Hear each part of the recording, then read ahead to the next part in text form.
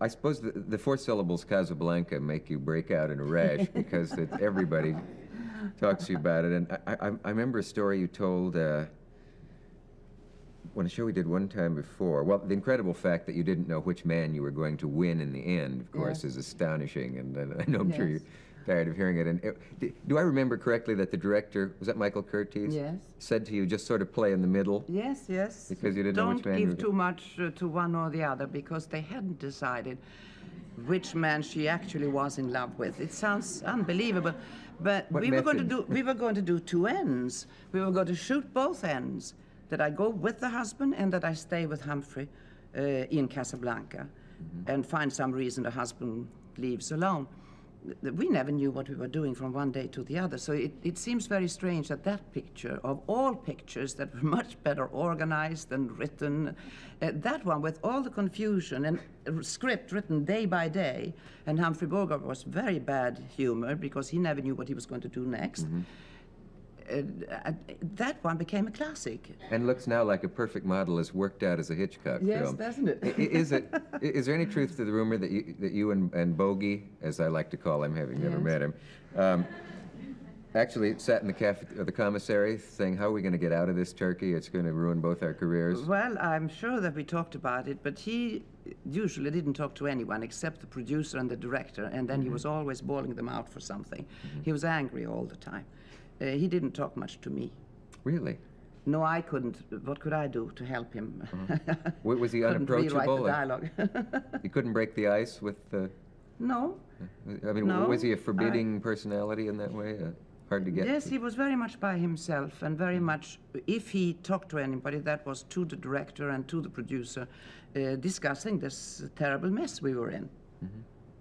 So, but was that a kind of ego of, I don't speak to my fellow players? No, I shouldn't think so at all. No, he was just upset. He had done The Maltese Falcon, which was an enormous success. Just before, he had done lots of wonderful movies, and then he's placed in this movie when they don't know what the next day's work should consist of. And we had very good actors, as you remember. Every small part was a top actor.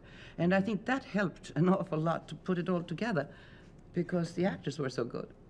There's a legend, and you confirmed it for me, that once, I believe, at Harvard, where they show that film every week, apparently, the sound went off, and the students chanted the dialogue. Yes, yes. Yes, I was told. I went to see this club, Casablanca. All the photographs all over the walls and the matches, everything, Casablanca, Casablanca. And they knew the dialogue so well. So when the sound broke, two of the boys stood up and read all the dialogue for them. That's marvelous.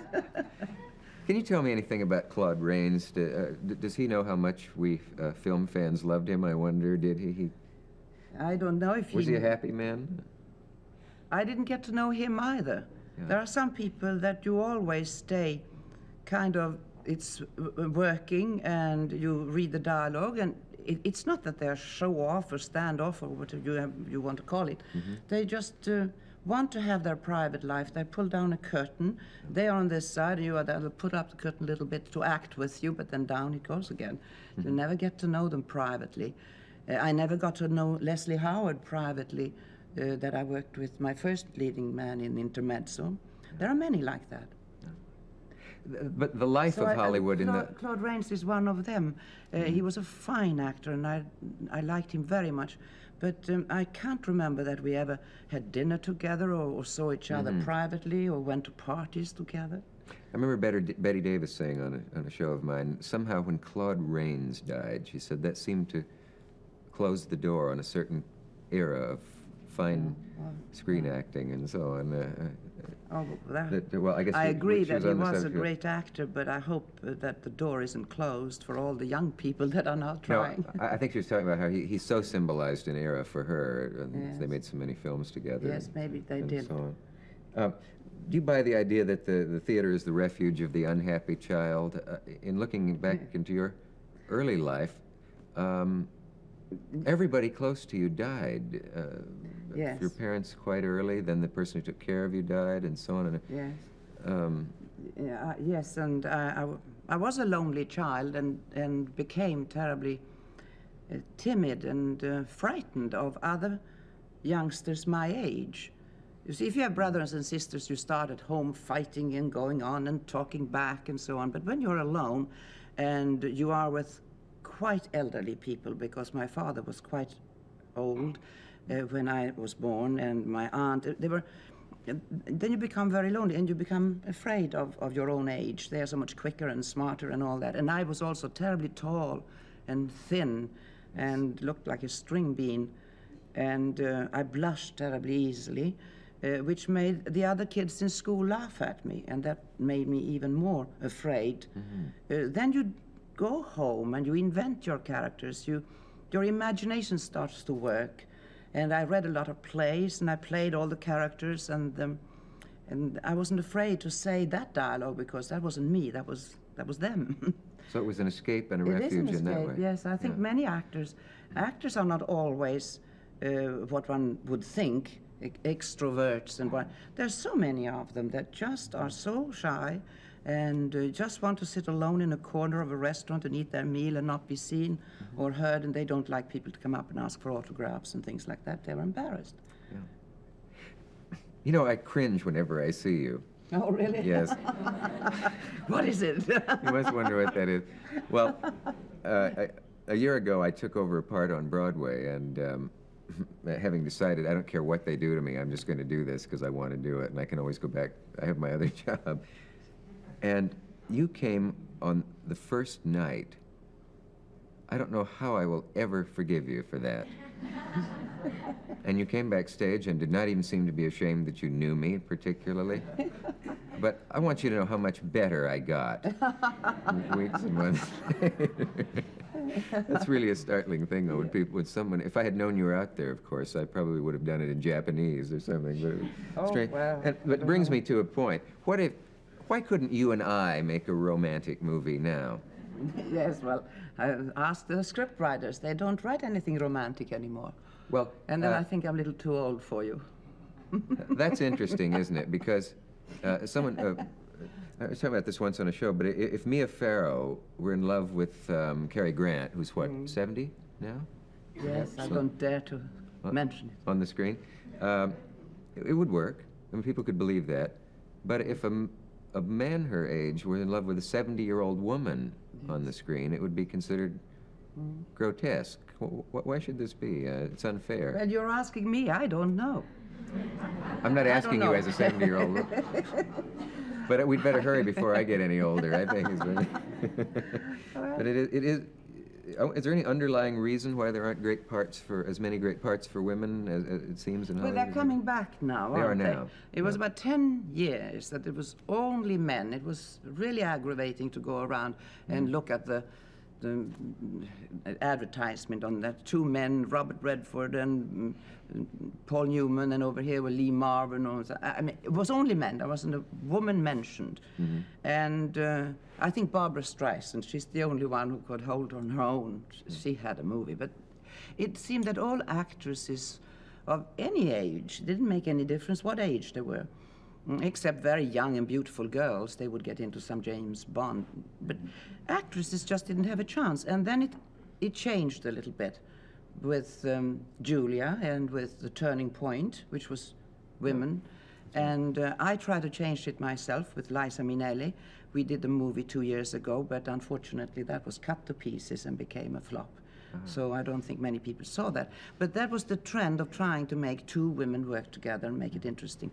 Now, of course, Liv Ullmann and I are working together. But what I'm waiting for and hoping for is that a man and a woman will get together again. Do you think there's a chance? Would you like to be one of them? The reason I I'll ask, be the mother. the reason I ask is Mother-in-law. that you have threatened to retire, and I just don't want to hear of that. So, but you pointed out, I think, that there's a nice symmetry if you did quit with this picture, because intermezzo, or no, let's see. Yes, what was intermezzo. the, I was a intermezzo? pianist. You were a pianist, and now you're a pianist. But that's certainly not a good enough reason to retire. Well, So you see, I'd like you to put that out of your head. I don't know. I will see. It needs a lot of courage, because if you like to work as much as I do, because I'm really amused by it. It's been my life to entertain other people and either do movies or a stage play. And I've always said I want to go on until they, throw me off the stage or stone me or something. But looking at my career now, it is impossible to find any good parts for the age I am. I would either play little parts like Murder on the Orient Express, you know, a little good part like that, or some uninteresting part in a movie where I would play somebody's mother or grandmother. Yeah. It is hard to believe that I would find a part that is so important and is today such a sensation that I can still act that well at my age. And I would like to leave right there. And it seems to me I started like a pianist in my first international movie, and I play a pianist, and maybe somebody's trying to tell me something. This should be the end. On your last day of shooting with Bergman, as you collected your makeup and your raincoat and so on, did you say to yourself, this is it, as you left the studio? Yes, I heard a little voice say to me, the last scene we played was when Ingrid Bergman and Liv Ullmann's little daughter, she plays Liv as the little girl, and when the mother comes into to the hall to embrace her daughter, to once again leave for another tour, and I recognize that. I have done that so many times to my own children. I had to leave, and you just take the child in your arm and you kiss the child, and then you have to kind of push them away and rush up before they see that you're drenched in tears, and the child cries too, of course, but you have to break. And just as I kissed that child, I realized that it was Ingrid Bergman and Liv Ullmann's little daughter, and I grew so fond of both of them. Lynn. And this was little Lynn, and it seemed to me this kiss and this running away is my farewell to the movies. Well, that's a wonderful story, but I don't like the outcome. No, as I say, I might not have the courage to... Well, I felt it, that should be the way I should finish my career in the movies.